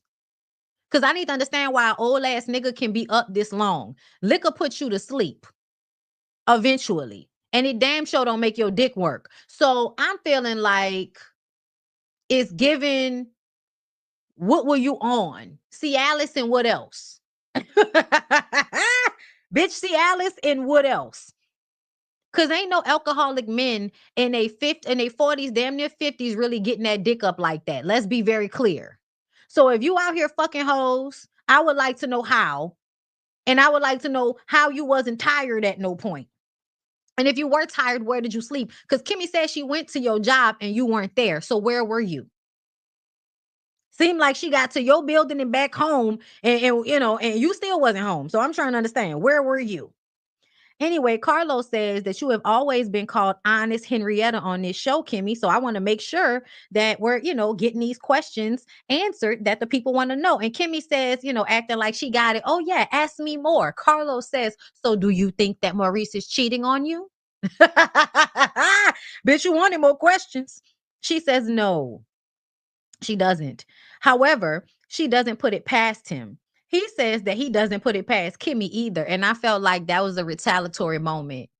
I feel like he's sitting there expecting her to protect his image at all costs. And when she got up there and said that she doesn't put it past him in order to protect herself from not looking like an idiot, because it looks stupid when you say shit like you don't think that this is a possibility when there are all these holes in y'all's story. Okay. So she knows that she's too smart to say something so fucking stupid, even though she's been saying stupid shit this whole time. And I think when she said that, that was a way to protect herself a bit. Like, listen, if somebody brought it to me, I wouldn't be shocked. So he thought that I think he felt slighted when she said that. And so he then turns around and says, and I don't put anything past her either. When we know that at the end of the day, no matter how y'all try to change the line of questioning and who was home and speculation, bitch, we're not wondering if she was cheating. Kimmy doesn't need to have sex 2 times a day. So we weren't asking if she was cheating. Kimmy didn't get arrested on DUI. Kimmy didn't run into a pole. Kimmy did not come home that night. Kimmy said she was in her bed and you weren't home. So all of those things make me feel like it's not about where Kimmy was or what Kimmy was doing. It's about where you doing and where you were and who you were with.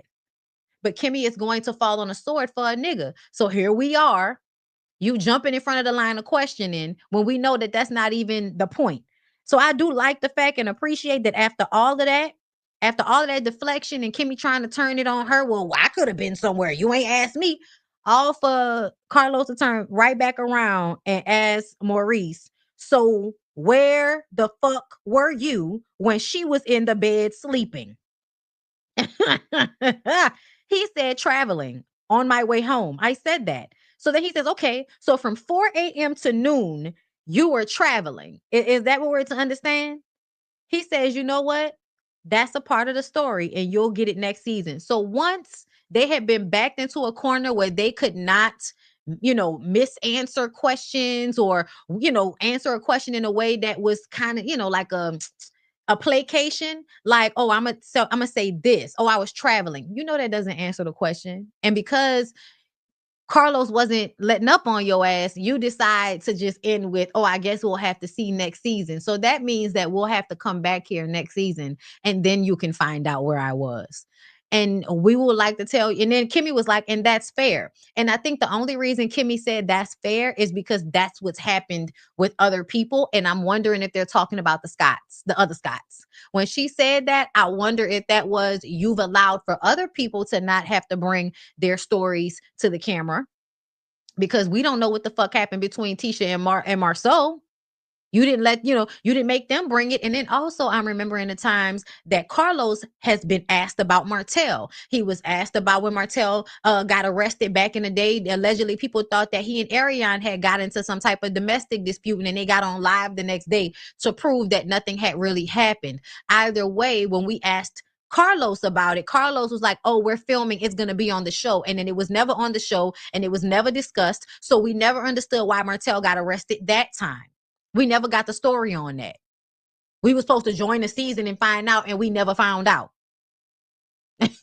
Okay. So what that means is they're not going to ever tell us. They're not going to ever really tell the truth. And to me, don't get mad when people come to the conclusion, because they're critical thinkers, that if you can't answer the questions directly, it's exactly what we think it is. If you can't answer where you were, traveling is not an answer. It doesn't take you that long to get from wherever you were going in Huntsville to get to it doesn't take you hours to get anywhere in Huntsville. So, hello, you are obviously withholding where you were. Why would you withhold it unless you don't want us to know the truth? So when we get to that point, I'm gonna need everybody to stop acting like, everybody's fucking slow. So then we move on to Mel. Gotta bring it back to Mel. Maurice, again, she showed who she was. So I would have been like, so what's the speculation? Is the speculation that I'm a bad person because I felt that it was a starch contradiction between the image you try to project and apparently who you actually are when you get arrested for DUI and making a choice to drive while drunk and then running into a pole? Like, I'm trying to understand, what does that say about Mel's character? What does it say about Mel's character that she thought it was fucked up that you were driving while drunk? Because the law feels like it's fucked up for people to drive drunk as well. I think a lot of people feel like if someone gets hurt and all of that, you fucked up for drunk driving and endangering other people's lives. Most people were surmised that you were alcoholic or, that you are reckless and you don't give a fuck about, anybody but yourself. That's what people were surmised from you getting a DUI after running into a pole. So I'm trying to understand, what are we supposed to surmise about Mel from her feeling like what you did was fucked up? And what does that say about you? So many questions. Since we want to act as if, it's about disparaging a character. Like, who are you? Who are you that anybody cares about your image or disparaging your character? Your character is a culmination of your actions. That's what your character is. A culmination of your actions.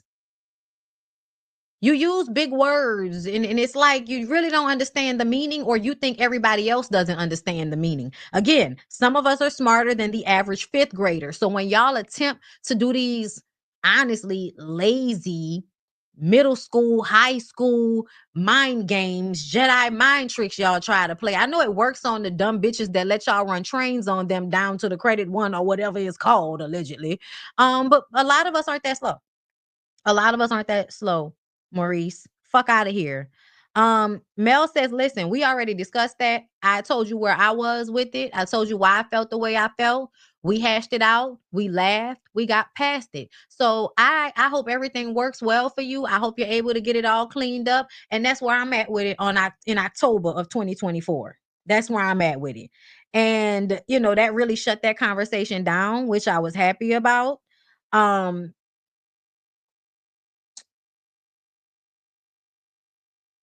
He says because it's an ongoing case and because the state of Alabama has, all of these resources, he's going to shut the fuck up. I'm like, you haven't been shutting the fuck up about it this whole time when you keep talking about innocent until proven guilty. I thought you got off on the charges. I thought he got off. I thought they dropped the charges against him. So I'm trying to understand. Like, I'm just trying to understand, y'all, what happened with that case? Like, how did it all play out? All I know is you better not catch another one. So you better be getting an Uber from now on, or a Lyft, when you want to go out and get fucked up. Um, so we get to Kimmy saying that Mel wants everyone to have cheated, and Kimmy says the insinuations and accusations have been exhausting.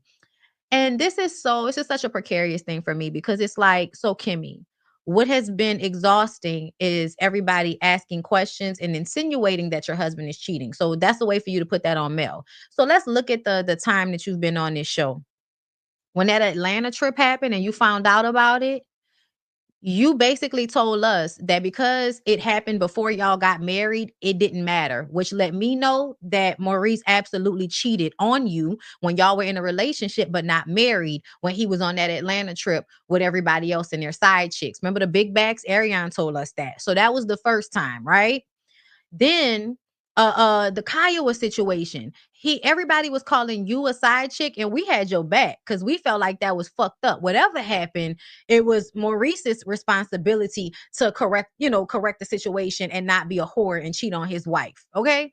Either way, y'all are together now. Kiowa had moved on. Kiowa had also cheated. So it was water under the bridge once y'all come to us. But the men on the show joked, and your husband did not defend you. He literally sits by and doesn't say anything whenever somebody calls you a side chick. And I feel like we should have deduced from him being quiet and you having to defend yourself against that Martell was probably telling the truth, and there was some overlapping between Kimmy and Maurice's wife, first wife.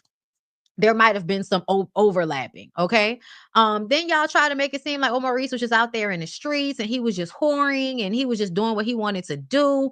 And then he finally turns around and marries Kimmy. And then it's not enough sex, right? So after they're together, he's complaining about how much sex they're having. It's not enough sex, always trying to coerce her into giving him more sex. Now he wants her to commit to sex 2 times a day in order to go on a trip. So now we're seeing this, this sex mania thing. We also hear directly from Maurice's mouth that he slept with 6 women in one day. To me, when you add sleeping with 6 women in one day to somebody that runs into a pole and gets a DUI, when you put that beginning and end together, what that tells me is that this is somebody that is reckless. This is somebody that is reckless. But this is also somebody that's smart enough to understand he has to promote a certain image in order to get access and money and prestige like he would like. So he marries you. He has you create the image for him, right? Because you're the beautiful wife, you're smart, you have your own business, you've taken good care of your son. You know what I'm saying? All of these things, right? So he can push you forward as a image cleaner for him. And then he goes from being a barber to being, somebody that works in credit repair. Everybody knows that that's not no real work for the most part. Everybody knows that credit repair is not real work. You print up documentation and you send it to people. They dispute it or they put a dispute on it, it cancels off. It's not hard work. It's really not. And once you figure that out, it's not really hard for anybody to do. So for me, I'm like, so you weren't really doing anything that was as intellectual as you pretend that it was. So already you come on the show pump faking and acting like you weren't just a fucking barber. Okay. And that's not shade, but don't act like, oh, I've always been in this mindset of intellectualism and I'm a lawyer and all of that. Nigga, you were a barber. Calm down. Okay. Ain't that how Kimmy got with Maurice? Sent her son over there to get a haircut? Miss, I'm gonna be a girlfriend to this nigga while I'm raising my son until my son becomes an adult and is out of the household. So now this nigga don't have to really be a parent to my son, but is gonna marry me so that I can be a parent to his son while he goes out into the fucking street and gets a DUI and doesn't come home until 9, 10 o'clock in the morning. So just the timeline. Where was I on the timeline? Okay, so y'all got married, not having enough sex, cancer treatment. Now he gets online and tells everybody, because you say that sex hasn't been pleasurable. You're trying to let him know that him constantly still wanting more sex from you is not pleasurable to you, thinking maybe he will kind of back up off of you, or maybe he will stop trying to force you and coerce you to have sex if he knew it wasn't pleasurable for you.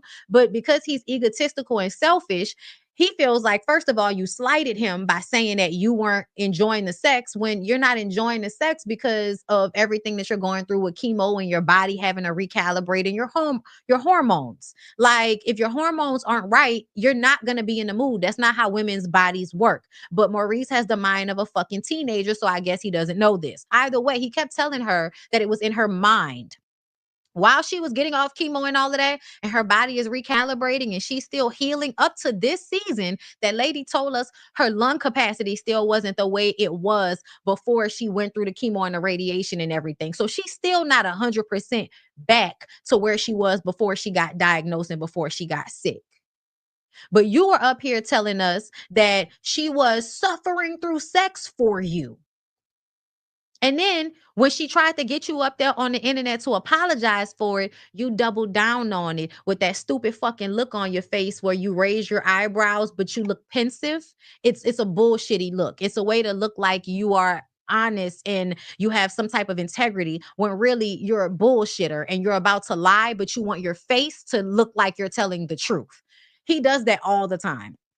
And it's also very like condescending, that look that he'll have on his face. So yeah, after all of that, and then so sex has constantly been an issue between Kimmy and Maurice. Broken pussy, right? Shout out to Niecy. So this season, he doesn't come home, and you let us know that that's not the first time that's happened. But somehow, what has stressed you out all these years is the insinuation and the accusations from Mel, but not all of the things that Maurice has continuously been putting you through as y'all have been on the show. He has embarrassed you. You've said he's embarrassed you. He stressed you out. You had to go get a more emotional support animal. You had to go get a fucking dog because of the way that man stressed you out. Put his child and the responsibility to take care of his teenage son and the responsibility of reprimanding his teenage son on you. Played Jedi mind tricks with you that made it seem like you didn't see yourself as a parent to his son. And that's not good on your part, even though he's never fully played that role for your son. And even though you are not that boy's mama, he has a fucking mama and a daddy. And if anybody needs to be reprimanding him, it should be the father. You're, again, provider, protector.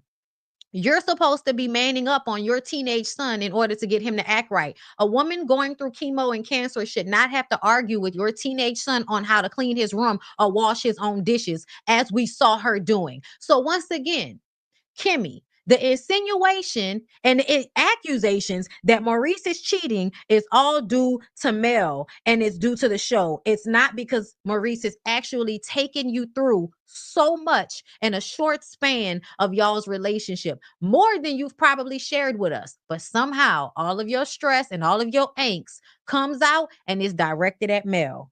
That shit is wild.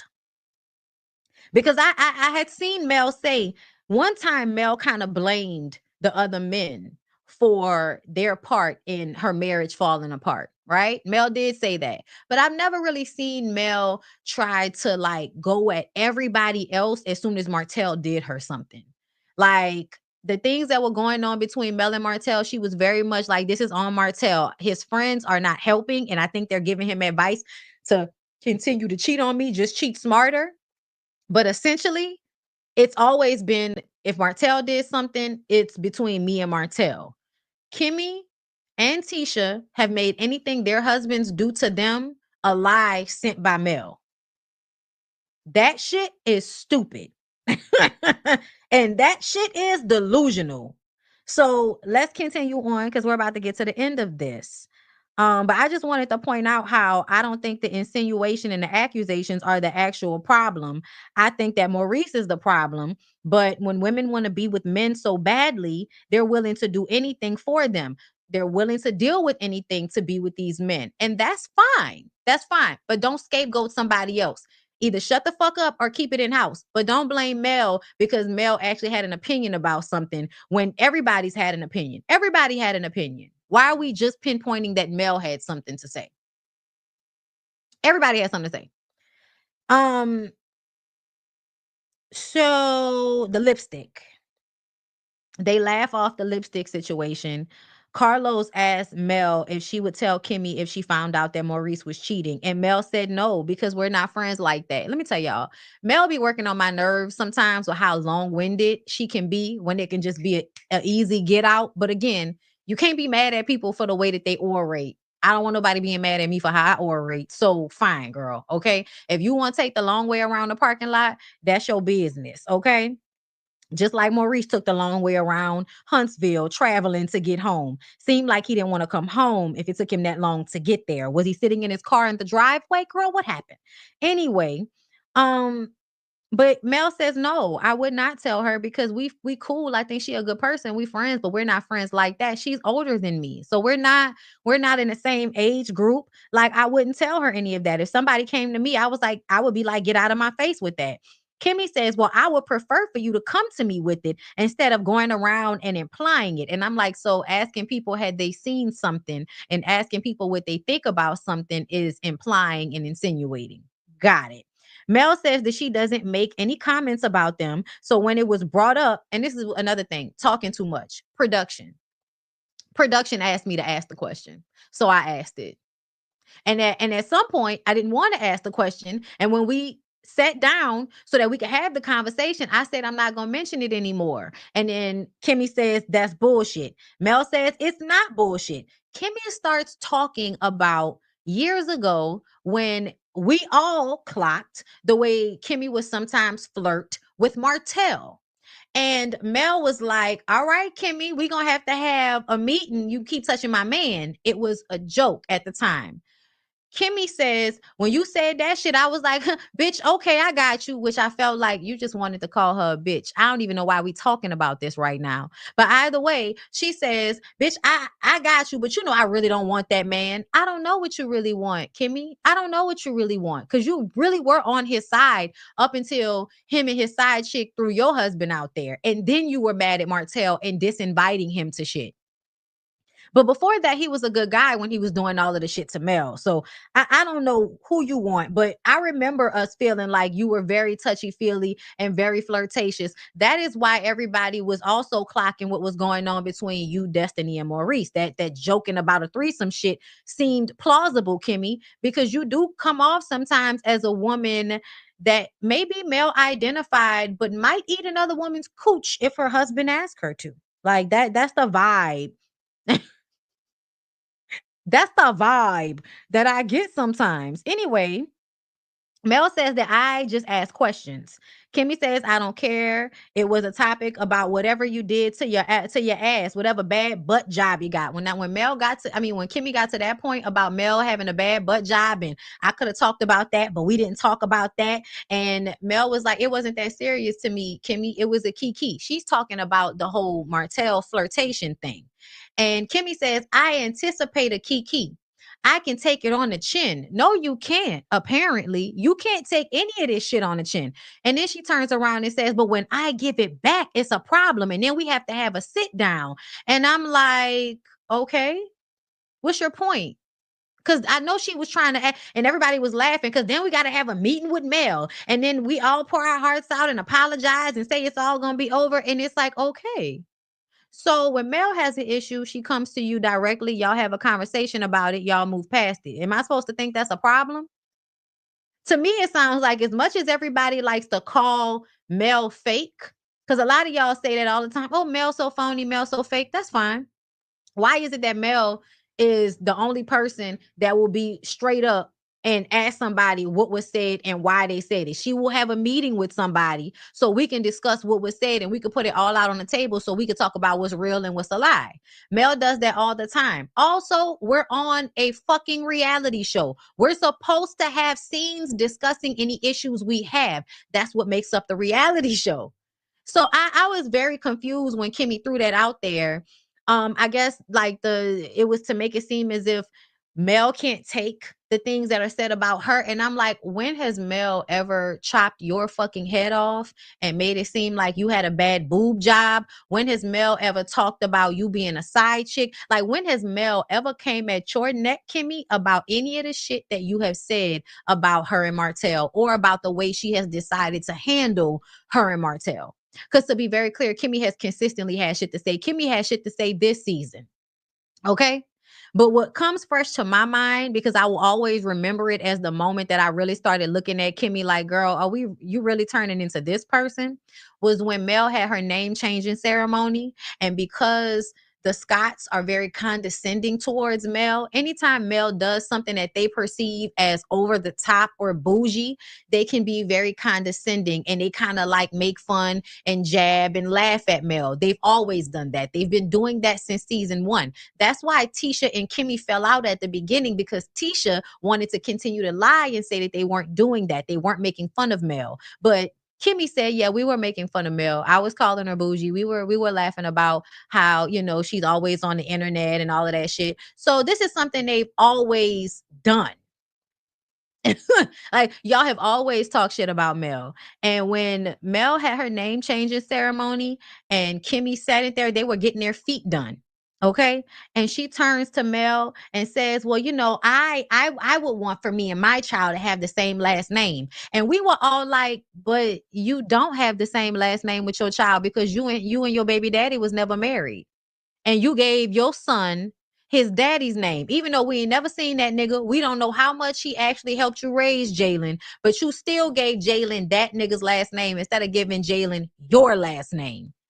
So it was crazy to us, and it seemed weird that you were drawing that correlation because essentially you and your son don't have the same last name. So why are you telling Mel that you didn't like her decision to change her name because now her last name is not Holt along with her kids anymore, and you didn't particularly agree with her doing that? I remember thinking to myself, girl, first of all, who the fuck cares what you feel about me changing my name? Number two, you and your son don't even have the same last name. So why are you coming at me like you and Maurice been married for 30 years and Jalen is all y'all son and everybody over there got the same last name?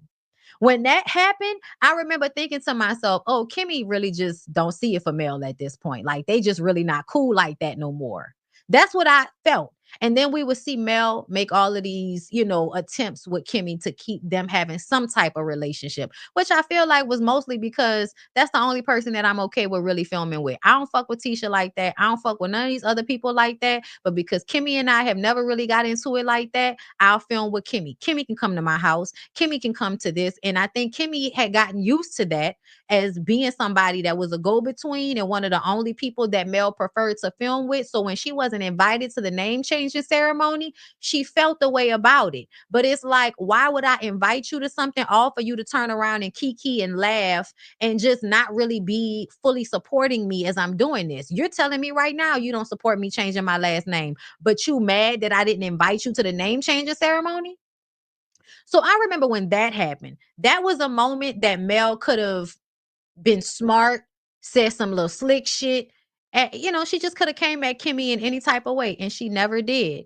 When they had that conversation this episode, and Mel said, if you don't want me to talk about it, Kimmy, I'll never talk about it again. When she met up with you to work out, she asked you about it, and you were basically saying you didn't want to talk about it. And Mel was like, okay, girl, you don't want to talk about it. We ain't gonna talk about it. But again, we're on a reality show. So you can say you don't want to talk about something, and then the producers can still have it talked about on the show. That's how this goes, right? We can blame Mel for that. Y'all can feel like Mel was being messy and all of that shit. I'm fine with it. I really don't give a fuck. Because to me personally, I feel like I've been saying the same thing the entire time. I am tired of everybody relying on Mel and Martell for the show. Everybody else has shit going on. It needs to be brought up. They need to discuss what's going on with them instead of always reverting back to Mel and Martell, Mel and Martell. And they kept doing that. Even when we were asked, when Kimmy and Maurice were asked about their relationship, or it goes right back to Mel and Martell. Or we feel like because of what they went through, they just, it's maybe not intentional, but they just think that everybody is doing what they were doing. And it's like, that's because they were, bitch. Like, give me a break. um Yeah, okay, okay. So they all have a laugh. It's a gathering session, blah, blah, blah, blah, blah. Okay. So that was basically the end. I want to try to see if I can find the clip of next week's preview, and then I'm gonna get off of here. But yeah, I feel like I've done what I wanted to do up here to like showcase how y'all don't make no sense. Girl, y'all don't make no sense down to the Love and Marriage Huntsville, girl. Y'all don't make no sense. Y'all really don't. Y'all be trying. Y'all be trying, but y'all don't really make no sense. Y'all be trying to read. Y'all be trying to gaslight. Y'all be trying to lie, fake in front of people fucking face, girl. No, it's not working. We don't believe you. Ah. Okay, hold up. Let me see if I can find the preview to next week's reunion. Uh that's not it. That's not it. Let me see. Do I have to go to own? Because I know they're gonna be talking to Sunny. They'll be talking to Sunny next week about the situation with Destiny again, child. When I tell y'all, I'm so tired of talking about Moses and Destiny. Girl, girl. I'm tired. Like, I'm over it. I'm really over it. Hold up, y'all. I'm still looking. Cause I know it was on the episode, but y'all know how hard they make it to find shit when you really looking for it. Now all of a sudden I can't find the shit because it's not on YouTube either. Hoes. Okay, hold up. Brought up the Nope, that's the one from last week. Yeah, I don't see it. Damn. I don't see the preview the next week. Either way, I know it'll be even, more entertaining, girl. But basically, I feel like everybody's on bullshit. Mel is leaving the show. Y'all know Mel left. And I think that that's great, and I can't wait to see what the show does without her. But to me, I feel like it just needs to be over because the other people on the show are either not gonna give, they're not gonna be honest. So then you just let it go. Like, just let it be over. It's done. Like, y'all had a good run. It's been a messy ass show, but girl, it's time to be over. I think it's time to be over, girl. All right, hold up. Let me see. I want to get back into my super chats. Um, Let's see, where was I? Okay. Thank you, Chocolate25 for the super chat. Hey, Bondi, love you. Do you think the cast will turn against each other now that Melody is no longer on the show? They've always kind of been, like I said, they've always kind of been throwing each other out there. So I'm not exactly sure, but we'll see. I mean, that's what normally happens when you remove the person that everybody likes to blame for everything. Everybody usually turns on each other. Tea Talk with your girl. Thank you so much for the super chat. Thanks for sharing your view on this. You're always on point. I just love me some you, Bondi Blue. Oh, thank you so much. I appreciate y'all. Thank you, DeQuasia. I feel like Melody has been sparing Maurice and Kimmy for seasons by not speaking out about their marital issues. As a result, Kimmy thought that she can take advantage of being unscathed by trying to get Melody to water down the DUI arrest.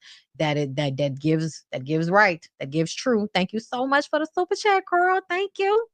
Let's see. Koja girl, I don't even know how I'm supposed to say all that. Jamal, Malik, girl, I don't know. Thank you for the super chat. Kimmy said they left together and Maurice was following her. Kimmy knew he was drinking before they separated and she didn't say ride with me. Girl, you can't believe nothing they saying. Talia, thank you for another super chat. And had the unmitigated gall to say to Mel that she disparaged his character. My guy, you hit a pole. You did that shit. Thank you for your perspective. You are the truth. Thank you so much, boo. California cutie, hey love. Thank you for the super chat. Y'all make sure y'all become a member so you can get this kind of commentary. Members only, members only. Yes, like the video. Yes, y'all. This is how I normally do in my members only, girl. Thank you, Gemini Nola girl. Come on. Hold up. You look familiar like I know you. Thank you for the super chat. Bondi Maurice been staying out all night. One season Martell said it. To me, Maurice is a teenage boy. That's why he ain't over there really trying to raise his own teenage boy because he's still one. D. Herford, thank you for the super chat, Bondi. Thank you for this great review. Thank y'all for coming through. It's 2,000 of y'all in here. Thank you for coming. Tell a friend, okay? Thank you, Leo, for becoming a member. Kimmy Kim, thank you for the super chat. Kimmy gonna tell us they got an open marriage next season. Oh, child, that's why he couldn't put it past her too, huh? Oh, girl. That is hilarious. Either way, y'all, I'm done. I'm done. I appreciate y'all for coming through. I will be back on tomorrow. I'll be back on tomorrow. We need to get into Married to Medicine. There will be a members only for Love and Hip Hop. And, we'll get in some more Bondi Blues because, we got to talk about the Grammys and all of the things that's been going on down to the internet. I love y'all. I appreciate y'all. I hope y'all have a good rest of y'all day. And, peace out away.